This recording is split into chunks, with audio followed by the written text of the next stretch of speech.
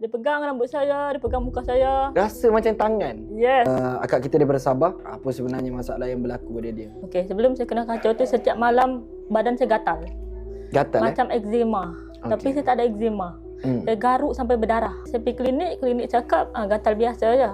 Tapi peliknya benda tu gatal malam je. Siang dia tak gatal.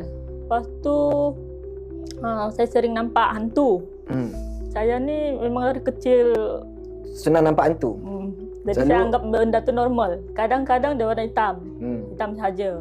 Kadang-kadang saya nampak mata je. Dia tak ada biji mata lah? Tak ada. Putih macam cerita hantu tu. Betul.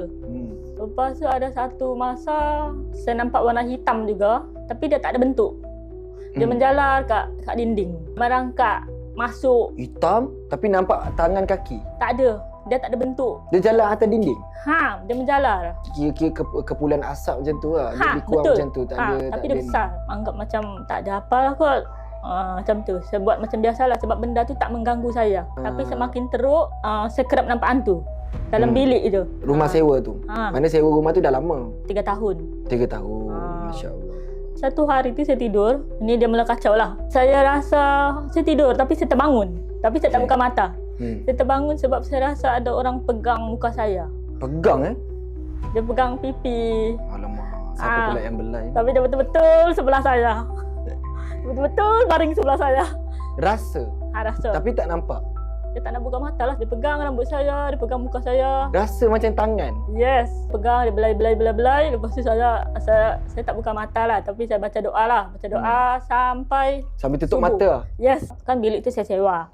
So saya anggap macam bilik tu problem. Besok paginya saya kemas baju, saya pindah. Tapi sementara saya cari bilik sewa baru tu, saya check in hotel.